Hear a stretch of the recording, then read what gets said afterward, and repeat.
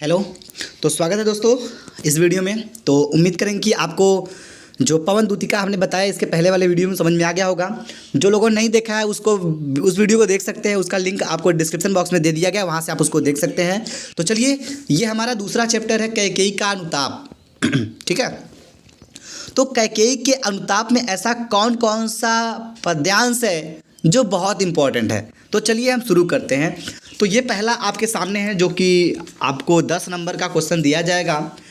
तो यहाँ बोला जा रहा है कि हे भरत भद्र अब कहो अभिस्मित अपना, सब सजग हो गए भंग हुआ जो सपना। हे आर्य रहा क्या भरत अभिस्मित अब भी, मिल गया अकंटक राज्य उसे तब जब तब भी। पाया तुमने तरु तले आरण्य बसेरा, रह गया अभिस्मित शेष तदपि क्या मेरा। तनु तड़प तड़प कर तप्त तात ने त्यागा, क्या रहा अभिस्मित और भी तथापि अभागा। तो दोस्तों ये बहुत इंपॉर्टेंट है। 2008, 6, 5 मतलब ये लगातार आता रहता है। तो चलिए बाकी हम इसको क्लियर कर लेते हैं। ये जो श्री राम की कुटिया के सामने जो सभा बैठी हुई है, उसी सभा का ये दृश्य दर्शाया जा रहा है। हे भरत भद्र, कौन कहता है? भरत भद्र मतलब श्रेष्ठ भाई। ठीक है। इस पद्यांश में पंचवटी जो है वहाँ पे जो आयोजित की गई है सभा, रात्रि का जो सभा है जो आयोजित किया गया है, वहाँ श्री राम भरत से उसकी इच्छा पूछते हैं। कौन? श्री रामचंद्र भरत से उसकी इच्छा पूछ रहे हैं। क्या पूछ रहे हैं? कि अति व्याकुलता शब्दों में अपनी मनोदशा को वो बता सके। ये श्री राम भरत को पूछ रहे हैं कि हे भरत भद्र, हे भरत भाई, अब कहो अभिस्मित अपना। अभिस्मित मतलब होता है मनोकामना। हे भरत भाई, अब तुम अपनी मनोकामना कहो। सजग हुआ जो भंग हुआ जो सपना। दोस्तों ये ऐसा दृश्य था, सजग हो गए, सब जग गए, भंग हुआ जो सपना। जैसे सपने भंग हो जाने पे नींद खुल जाती है, सब जग जाते हैं, बिल्कुल वैसे उस सभा में बैठे सभी लोग, सभाजन जितने भी लोग थे सभा में बैठे, सभी लोग एकदम सजग हो गए, टकटकी लगाए, एकदम सजग हो गए, मतलब जग गए ध्यान से। भंग हुआ जो सपना, यहाँ पे बताया जा रहा है कि जिस प्रकार सपने को टूट जाने से आदमी जग जाता है झटके में, उसी तरह सब सजग हो जाते हैं। यह वचन को सुनकर जब श्री राम बोलते हैं हे भरत भाई, अब अपनी मनोकामना कहो। ठीक है। आगे बोल जा रहे हे आर्य रहा क्या अभरत अभिस्मित तब भी। हे आर्य, आर्य माने भाई। ठीक है। हे भाई, रहा क्या, अब क्या रहा, भरत अभिस्मित अब भी। अब इस भरत की क्या मनोकामना रह सकती है। ये भरत बोल रहे हैं श्री राम से कि हे भैया, यानी हे श्रेष्ठ मतलब बड़े भाई को, हे आर्य, अब मेरा क्या मनोकामना हो सकता है। मिल गया अकंटक राज्य उसे तब भी। उसे अकंटक राज्य, पूरा राज्य मिल गया, तब भी क्या उसकी मनोकामना रह जाएगी। ये भरत श्री राम के समक्ष बोलते हैं। बात की समझ में आ रही बात? चलिए आगे बढ़। पाया तुमने तरु तले आरण्य बसेरा। ठीक है। देखिए तरु तले का मतलब क्या होता है? अकंटक। पहले ये बात होती है अकंटक। अकंटक मतलब एक छत्र होता है राज्य। एक राज्य का उसे अकंटक राज्य मिल गया, तब भी क्या उसकी कोई मनोकामना रह सकती है। भरत बोल रहे हैं पाया तुमने, बोल रहे हे भैया, अर्थात श्री राम को बोल रहे हैं पाया तुमने तरु तले। तरु तले मतलब होता पेड़ के नीचे। ठीक है। आरण्य बसेरा। आरण्य बसेरा का मतलब ये होता है जंगल में निवास करने। ठीक है। पेड़ के नीचे जंगल में निवास करने के लिए आपको मिल गया। कि रह गया अभिस्मित शेष तथापि क्या मेरा, क्या तब भी मेरा कोई मनोकामना बाकी रह गया है। ये बड़े गिरी हुई आवाज़ में कह रहे हैं भरत जी। आगे बोला जा रहा है क्या? तनु तड़प तड़प कर तप्त तात ने त्यागा। तनु का मतलब होता है यहाँ पे तन से, शरीर। तड़प मतलब तड़प तड़प कर, तप्त माने प्राण, तात माने पिता, ने त्यागा। ठीक है। तो भरत बोल रहे कि पिताश्री अपने शरीर को तड़प तड़प कर अपने जो पिता हैं उसके अपने शरीर को तड़पा कर यानी तड़प के अपने प्राण को त्याग दिया। किस तड़प में? राम के वनवास चले जाने के कष्ट में, ठीक है, तड़प तड़प कर उन्होंने अपना प्राण त्याग दिया। क्या रहा अविस्मित और तथापि अभागा? क्या इस अभागे का और भी कोई मनोकामना रह सकती है? अपने आप को अभागा ठहरा रहे भरत जी, ठीक है। तो बड़ा ही सुंदर वचन है। चलिए हम एक और इम्पोर्टेंट लेकर आते हैं पद्यांश। यह सच है तो अब लौट चलो तुम घर को, चौंके सब सुनकर अटल कैकेयी स्वर को। सबने रानी की ओर अचानक देखा, वैधव्य तुषारावृता यथा विधुलेखा। बैठी थी अचल तथापि असंख्य तरंगा, वह सिंही अब थी हाहा गौमुखी गंगा। हाँ, जनकर भी मैंने न भरत को जाना, सब सुन ले तुमने स्वयं अभी यह माना। यह सच है तो फिर लौट चलो घर भैया, अपराधीन मैं हूँ तात तुम्हारी मैया। तो चलिए देखिए कितना इम्पोर्टेंट है ये। आइए इसको भी समझ लेते हैं। तो बोला जा रहा है, सभा में जितनी बातें हो गई हैं, यह बोला जा रहा है यह सच है तो अब लौट चलो तुम घर को। इतनी बातें को सुनने के बाद जो कैकेयी हैं, रानी कैकेयी जो है वह बोल रही हैं यह सच है। अगर यह सत्य है तो अब लौट चलो तुम घर को। वो श्री राम को कह रही हैं यदि ये सब सच है तो अब तुम घर को वापस लौट चलो। चौंके सब सुनकर अटल कैकेयी स्वर को। सभा में बैठे सभी लोग कैकेयी के इस वचन को, इस बात को सुनकर सब चौंक जाते हैं। अटल कैकेयी यानी कि कैकेयी अटल रहने वाली स्वर को, यानी कि अटल मतलब जो टलने वाला ना हो, स्थिर हो, ऐसी वाणी को सुनकर सब चौंक जाते हैं कि यार ये कैकेयी ऐसे कैसे बोल दी। वो अटल थी, मतलब वो जो भी बोलती थी वो अटल होता था, टलता नहीं था। तो उनके वचन को सुनकर जो सभाजन बैठे थे वह चौंक गए सब। सबने रानी की ओर अचानक देखा। अचानक सभी लोग किसकी ओर देखने लगे? रानी की ओर देखने लगे। आपने देखा होगा, आप क्लास में बैठे हो, अगर अगर कोई छात्र खड़ा होकर किसी प्रश्न का उत्तर देता है, यदि शिक्षक पूछ रहा है तो सारे बच्चे उसकी तरफ देखने लगते हैं। फिर बिल्कुल उसी तरह क्या होता है, सभी सभा में बैठे सभी लोग उस कैकेयी रानी को अचानक देखने लगते हैं, ठीक है। वैधव्य तुषारावृत्ता यथा विधुलेखा। विधु का लेखा, वैधव्य यानी विधापन, यहाँ बोला जा रहा है वैधव्य का मतलब विद्यापन, ठीक है। विधा यानी कि विधापन जो विधा द्वारा लिखा गया हो।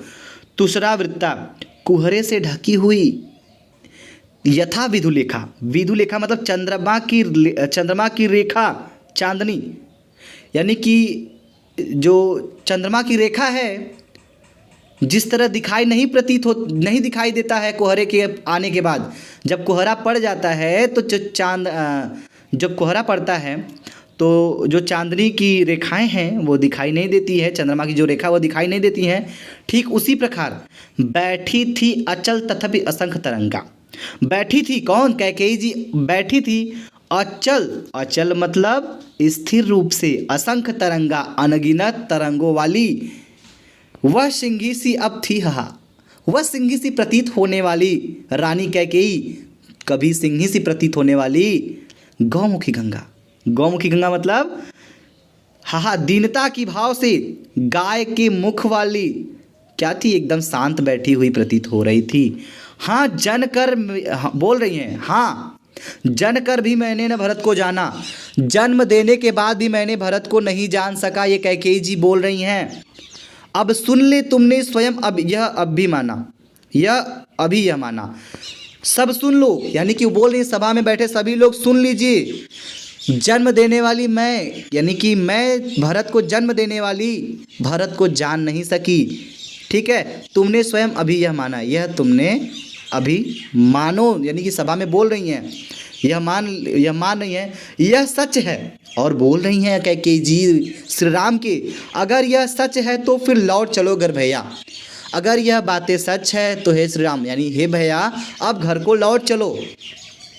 अपराधीन मैं हूँ तुम्हारी, अपराधीन मैं तात तुम्हारी मैया। तो बोला जा रहा है कि मैं तुम्हारी अपराधीन हूँ, तुम्हारी मैया, मैं तुम्हारे माता मतलब तुम्हारे पिता के, और तुम्हारी मैं अपराधीन हूँ।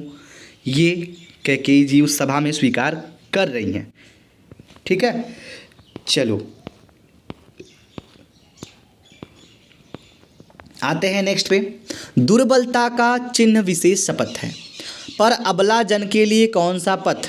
यदि उकसाई गई से हूँ, तो पति समान स्वयं ही पुत्र भी खोऊँ। ठहरो मत रोको मुझे, कहूँ सो सुन लो।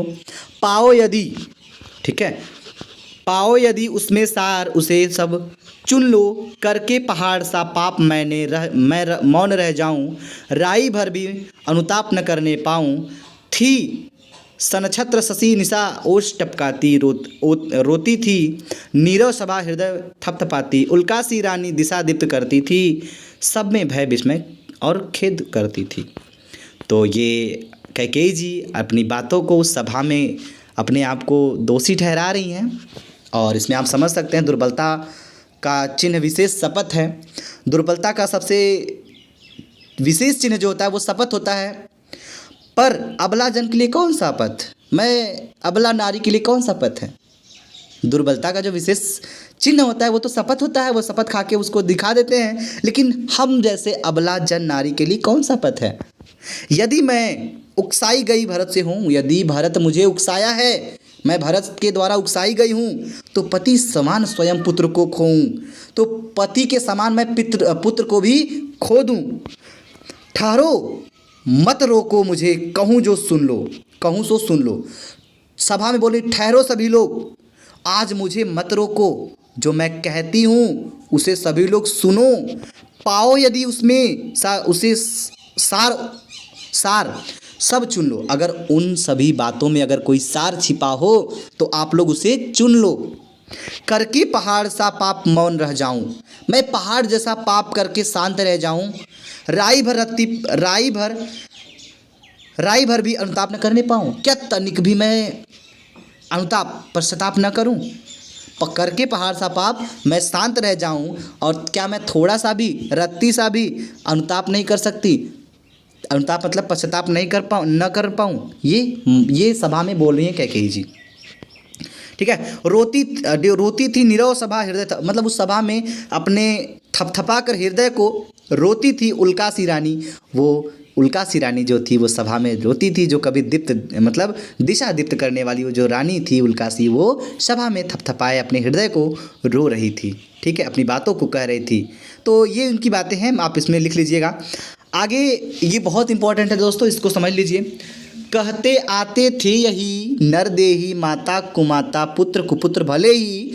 अब कहें सभी यह दहाय, विरुद्ध विधाता है पुत्र पुत्र ही रहे कुमाता माता। बस मैंने इसका बाह्य मात्र ही देखा, दृढ़ हृदय ने देखा, मृदुल गात्र ही देखा, परमार्थ न देखा, पूर्ण स्वार्थ ही साधा। इस कारण ही तो हाय आज है बाधा, आज यह बाधा।